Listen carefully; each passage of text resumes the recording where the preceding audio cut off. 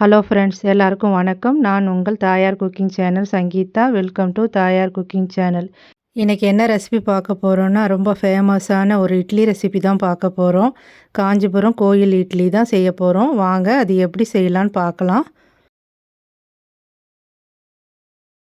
காஞ்சிபுரம் இட்லி செய்யறதுக்கு ஃபஸ்ட்டு நம்ம அரிசியை ஊற வச்சிடலாம். அதுக்கு ஒரு கப்பு பச்சை அரிசி எடுத்து வச்சுருக்கேன்.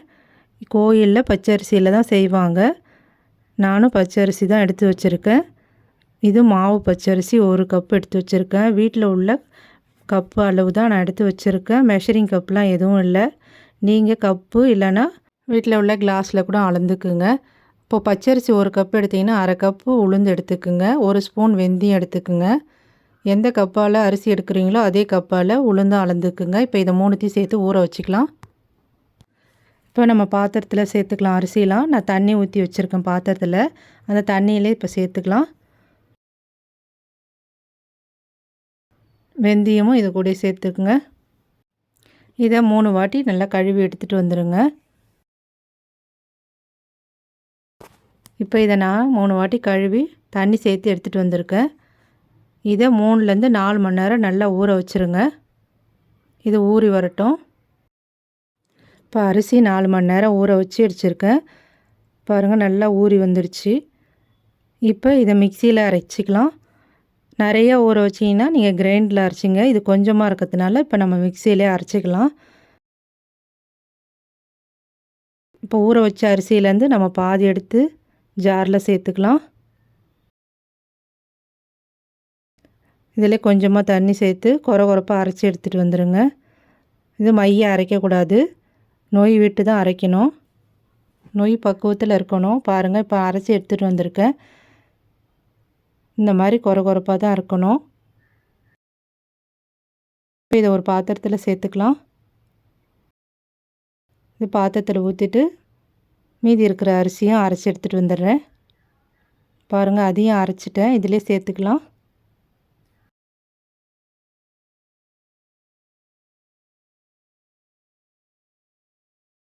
இப்போ அரைச்ச மாவில் நம்ம உப்பு சேர்த்து கலந்துக்கலாம். கல் உப்பு ஒரு ஸ்பூன் சேர்த்துக்கிறேன். இப்போ இதை நல்லா கலந்துருங்க.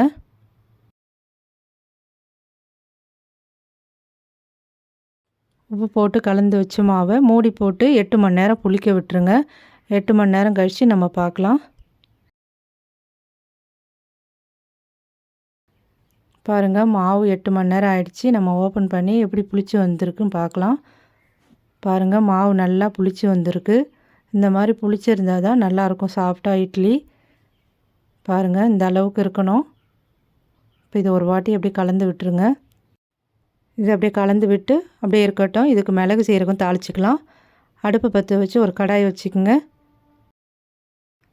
அதில் ஒரு ஸ்பூன் நெய் சேர்த்துக்கிறேன். நீங்கள் ஃபுல்லாக நெய்யிலே சேர்க்குறதா இருந்தால் சேர்த்துக்குங்க. நான் எண்ணெயும் சேர்க்க போகிறேன். நான் ரீஃபண்ட் ஆயில் 2 டேபிள் ஸ்பூன் சேர்த்துக்கிறேன்.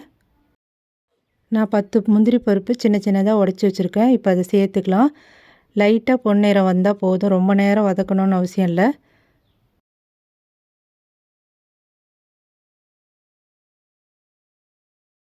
ஒரு டேபிள் ஸ்பூன் மிளகு சேர்த்துக்குங்க.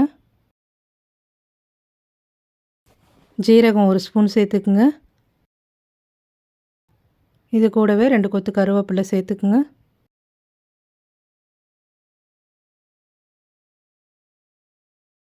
இந்த அளவுக்கு வறுபட்டால் போதும். இப்போ ஸ்டவ் ஆஃப் பண்ணிட்டு நம்ம மாவில் சேர்த்துக்கலாம் தாளிப்பை.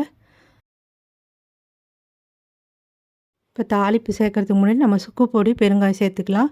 ஒரு ஸ்பூன் சுக்கு பொடி சேர்த்துக்குங்க. அரை ஸ்பூன் பெருங்காயத்தூள். இப்போ தாளித்து மிளகு சீரகம் சேர்த்துக்கலாம்.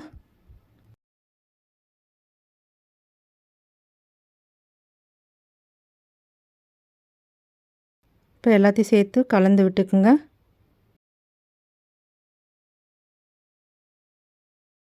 இது அப்படியே ஒரு ஓரமாக எடுத்து வச்சுருங்க. மாவு ஊற்றத்துக்கு நம்ம ஒரு பாத்திரம் ரெடி பண்ணிக்கலாம். மந்தார இலை போட்டு இந்த மாதிரி மந்தார இலை வாங்கிக்கோங்க.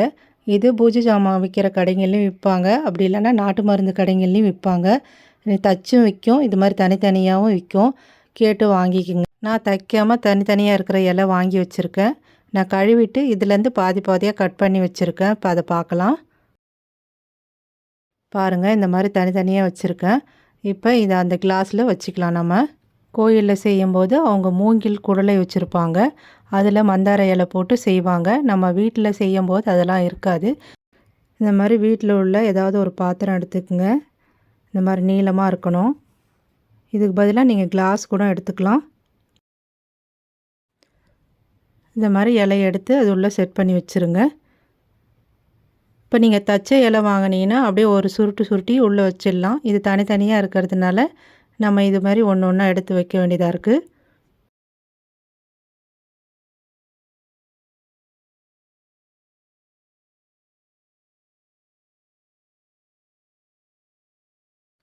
இந்த மாதிரி செட் பண்ணி வச்சுட்டு மாவு ஊற்றிக்கலாம்.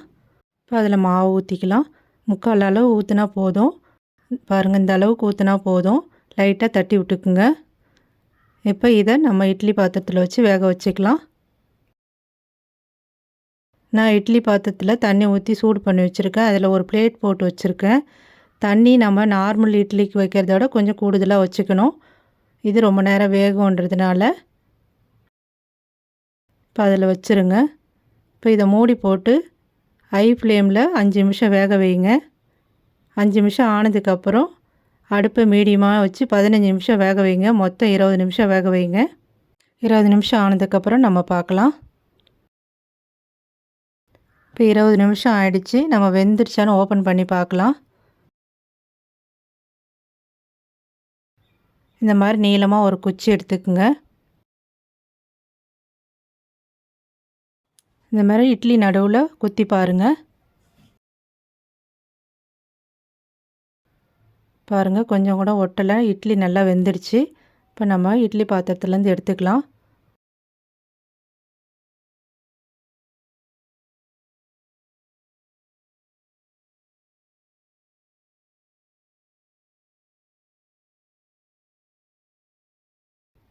இப்போ இட்லி மேலே இருக்கிற மந்தார இலையெல்லாம் எடுத்துடலாம்.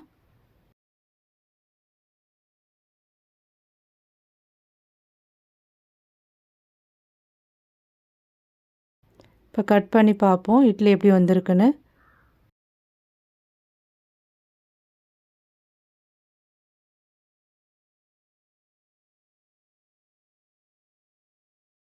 பாருங்கள் எந்த அளவுக்கு சாஃப்டாக இருக்குன்னு. நீங்களும் இதேமாரி செஞ்சு பாருங்கள்.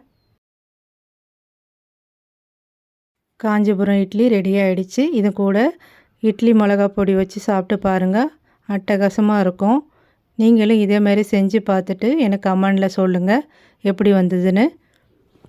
இந்த ரெசிபி பிடிச்சிருந்தா ஒரு லைக் கொடுங்க, ஷேர் பண்ணுங்கள். தாயார் குக்கிங் சேனலுக்கு சப்ஸ்கிரைப் பண்ணுங்கள். கூடவே இருக்கிற பெல் பட்டனையும் கிளிக் பண்ணிக்கோங்க. வீடியோ பார்த்ததுக்கு நன்றி. வணக்கம்.